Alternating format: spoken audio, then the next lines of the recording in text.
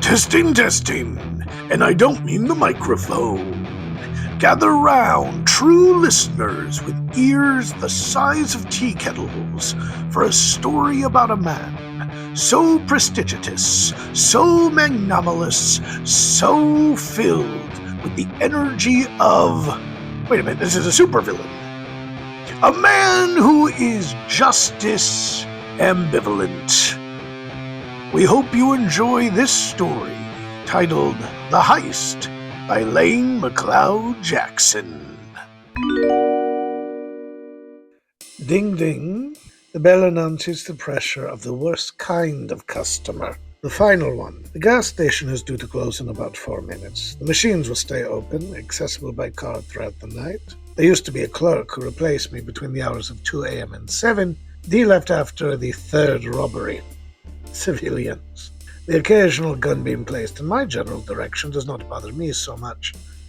In my 64 years on this world, I've gotten fairly used to knowing who will pull a trigger, who wants to, and who doesn't have the gumption. Our man entering at 1:58 a.m. on a Thursday is, of course, armed, but that's not what makes him noticeable. It's the $3,500 silk suit from Milan. The sapphire ring on his left pinky, the golden chain highlighting a Celtic knot, Egyptian cross, and a few other symbols which I am not familiar. A largish man, 5'11", but his shoes push him past 6 feet. In my youth, he'd be described as swarthy. Now I might say tanned. This well-dressed spiritualist is accompanied by temptation. A woman, or at least a hormone-inspired vision of one. Blonde hair, large white eyes, hefty bust. The smile looks almost real. It's embarrassing seeing her after all these years. She was never my best work. "Good morning," I intone, keeping my hands visible on top of the counter. "We're about to close up, but if you need to quickly use the restroom or grab some late-night snacks, please feel free. However, I do not have much change. The owner has already collected the day's profit." "Still got coffee. Long road, miles to go before I sleep and all that." The stranger plays with his necklace instinctively, using the hand with the ring. I don't believe he's been in the business very long, but he's flush from youthful success. "May I recommend either an energy drink or one of those canned macchiatos? There might be a swallow left in the pot, but after so many hours the word coffee could hardly be used to describe." "See, this is what I like about what's left of your generation, old man." Using his free hand, he takes one of those suckers, the cheap little lollipops found in every convenience store across the globe. Talk about a monopoly. He unwraps the sweet with one finger, and I see the slightest hint of fire, a gentle spark to burn away the trash. The seeming young woman steps forward and bats her eyelashes, automated. The timing has slowed by 0.03 of a second. My products do stand the test of time. Our jewel killer is plain. We're all aware of each other. No hello is offered, no good to see you, nothing. He's having fun, so I carefully adjust, making sure he can still see my unmoving palms, placed like statuary directly in his view. Move too quick, he'll strike. I try the direct approach. "How may I help you?" If I find out what he wants, hopefully I can send him on his way. "What have you got? Don't think there's much I want from a used-up piece of..." The counter at my waist explodes outward as the shotgun I've been slowly putting into position finds its mark. The man wears some protection, but not nearly enough. His flesh is torn open, and the smell of burnt powder mixes with blood. My, I guess one might say daughter, strikes, left hand first, as always, and I duck and put the second shell in her head. Gears and oil rain down, mixing with the gore. I do not hesitate, though it hurts my hip to leap over the counter, knocking aside the false hand I'd kept in his view. The man's monologue's purpose was to demonstrate power. I do not doubt he holds enough to end my life, so no waiting and no time to reload the shotgun. I bring the butt down on his skull and cut the stringed amulets from his neck with a pair of scissors before hurling the sharp implements into the corner. I consider taking the ring. These magic magician types often curse their gifts. He doesn't have long left, if there's any chance at all, but I am not a murderer by inclination. And I tripped the silent alarm before taking his keys and driving his car. Not shockingly, he already had gas. Good. I would be driving for some time. Within a half hour, I find the almost perpetually abandoned motel. The large 8-wood glow, except to the pitiful little business, is eclipsed by the gaudy and equally dine bowling alley across the way. Still an excellent place to check this car and acquire a new one. This is his, not bought or rented. It's a classic muscle, red Cadillac, designed for testosterone, not gas mileage. In the glove compartment, I find papers. In the trunk, human skulls, a shrunken head, eyes. More cranial ingredients than a person should be carrying on a Thursday. The vehicle gives me an uneasy feeling, as if the headlights could stare into my soul, off-putting, and I like machines. Even with my limited practice over the past half-decade, I'm able to liberate a dull East Asian sedan. Not wanting to touch the Cadillac anymore, I risk the sound of the shotgun going off twice more to destroy his wheels. The creature screams. The headlights briefly become eyes, narrow like a cat. The bumper grows teeth to show his fury. My 12-gauge won't be enough to kill it, but I've slowed down the would-be pursuer. Then I go. I have a stash. It's not too close, too much time since I've been pursued. The police have never put me high on their list. I'm one of the funny villains, hardly worth the effort. And I've been quiet. No fortune hidden away to attract ambitious young men, so why? Life never needs a reason to betray, but it often offers one. As I drive up to the silo, I see no other cars, which is of course why one picks a hidden stash in the middle of a tobacco field. But I do not make it halfway from car to door, and a smooth English dialect stops me. Far enough wind up, we have a meeting scheduled. It would hardly do for my chances at promotion if you were late. Don't bother with the 12-gauge, I assure you my protection is enough. The Englishman is not alone. Faceless goons, all of whom no doubt view themselves as indispensable, step up. A gentle hum catches my attention as a long, dark shape cuts across the moonlight.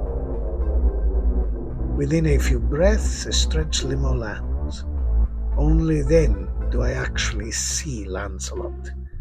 A marvel of a man, 6 feet 2 3/4 inches. His ensemble mixes the past, present, and future with all its deadly finery. The sword sleeps gently on his right, while his revolver waits patiently at the left. This ambidextrous killer is very pricey. Only a handful out there can afford his services, and frankly, I cannot possibly imagine what they have to bother me for. I am not now, nor have I ever been, a world-level threat. Fundamentally, I make toys and watches. Clockwork stuff, kids' gloves, sometimes literally. The big bad world is too much. So I throw down my shotgun and hide my knife. Useless. He slides his gloved hand into my coat and removes said dagger immediately. I could swear the sunglasses gleam as he smiles. Nothing to worry about, old chap. This is a simple proposition. Let's be civilized. I did not realize how cold it was until we sat in the flying limo. Our would-be knight poured our drinks, supposedly from the same bottle. It was a polite gesture. I waited until he drank to take my sip. Not that it mattered. The man could be immune to a specific poison, or all poisons. We so-called supervillains do not advertise our abilities and strength any more than we do our weaknesses. But politeness does have its own place, and clearly my death was not a high priority. He opens a manila envelope and removes the first sheet of paper. Wind up! He says my name as if practicing in the mirror. He passes the opening document into my hands. I see my given name, Marvin Jaffe, along with various bits of trivia, my birthday, times of incarceration, current legal status, which, for the record, is fugitive. Most of the material could be found using the average search engine. It certainly did not indicate how they tracked me down. But in all honesty, for persons at this level of resource, I'm not surprised. I had not completely retired. I did occasional work for other criminal schemes, small things, designing specialized weapons or surveillance material. I'm reliable, everybody knows this. So if those at the highest echelons of my profession wanted me found, ways were possible. But why? Is your friend all right? I asked, some genuine concern, but mainly to confirm they were working together. Incarnate will be fine, simply because we were close by, mind. Legion, on the other hand, he's not used to being shot, as a car or otherwise. That gentle monstrosity wanted to, how shall I put this delicately, grind your bones to make his bread. We talked him down, naturally. The entire unfortunate evening was our misjudgment. A simple phone call would have sufficed, no doubt, but I assume you, in particular, can forgive our tendency towards dramatics. His smile would have stolen virtue from a nun. Occupational hazard, I agree. The wine, unlikely poisonous though it may be, does not suit my palate. Still, it does seem to be expensive. Do we have any food? I asked. It's been a long night, and all this time on the road I'm slightly peckish. But of course. He snaps his fingers, and an extra from Downton Abbey lowers the partition, his face covered by some metallic helmet. King Arthur inspired, maybe, some combination of BBC productions. Our friend would like an evening snack, Lancelot informed his squire. Some cheese, crackers, obviously, sliced fruit, make it presentable. Our masked butler nods and presses a musical combination of buttons. Said food lowers from some ridiculous compartment in the roof of the car. Don't want to fatten you up too much. My employer will, what's the expression, no doubt wish to pull out all the stops. I'm retired, I mentioned. But of course, yet still working. And if nothing material changes in your life, you'll do so until they measure the coffin. A shame. But rest truly only belongs to the luxurious classes and the dead. My hands are itchy at this point. I like to do things, so I skim the paper possessing a brief part of my life story. The stretch limo we're in has already entered cloud cover. No one from the ground can see our flight. So am I visiting utopia or singularity? My guess is the latter. Now here I am already impressed. Lancelot offers a brief smile. He's a very kindly liar. However, impressed or not, my developing awareness of the situation indicated another few lucky guesses like that, and I would be exiting the ride 10,000 feet in the air. I'm allowed to see us approach the floating base of operations, cream-colored and delicate. If it did not soar above the earth, I might suspect an extraordinary work of origami, assembled with a heavy ivory-tinted paper. But no disrespect to the ancient arts, The twin radioactive ruby cannons and armed guards patrolling luxury balconies make that particular hypothesis seem unlikely. We make a sharp turn into a circular portal, perfectly designed for this specific vehicle. I've never met the woman in question. Again, we move in different social circles. However, I know the type. Singularity probably has multiple limos built slightly differently, so only the correct vehicle may enter its mated entrance. The obsessive, practical mind required brilliance leagues beyond my own humble abilities. But we are of a similar kind. It pains one to realize they are the baboon or bonobo in comparison to others, but radical self-assessment is the reason I have lived to 65. That and a 20-minute walk every morning. Well, finally we have a wascally wabbit. The voice causes me to reach for a gun I no longer possess. This man should be in a hospital bed, not walking towards me. The spiritualist whom I'd met earlier strolls gingerly, mayhap a little pale. Here, on the other side of death, the sorcerer found an even more ostentatious style. Okay, maybe this is simply how he dressed when in full supervillainy. The Malone-tailored suit replaced by a multicolored dreamcoat, as if he was going to be traded to the pharaohs. A blue turban circled his crown with a red jewel at its center, no more than a few inches below an eye. And this eye was no more metaphoric than the pair I possessed. It was blue. Gentle incarnate! Lancelot did not have to stand between us or touch his weapon. Everybody knew he kept death on speed dial. Let us not confuse our arrogance for his, and threatening without the courage for action is quite gauche, don't you think? A sharp bow from the wizard, and I knew my safety depended on some patron, probably watching on some distant screen, or maybe projecting this entire event onto a life-sized laser model. If nothing else, the tour was exciting. A new door slid open and a veritable feast waited.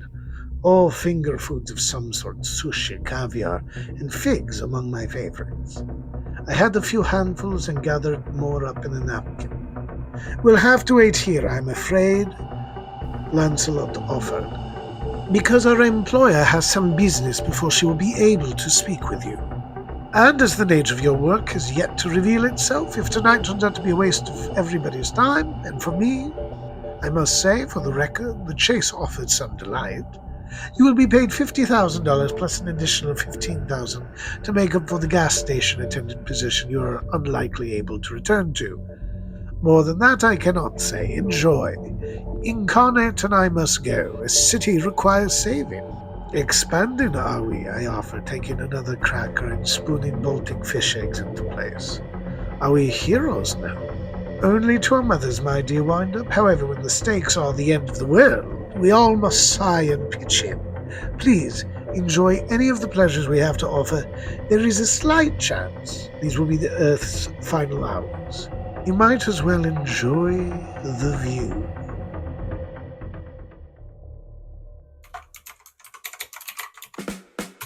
Well, that's another world saved, doomed, and or slightly weirder than we found it. Either way, you made it. And when you're ready to plunge back into the abyss, we'll be here, lurking, whispering. If you liked today's episode, tell a friend.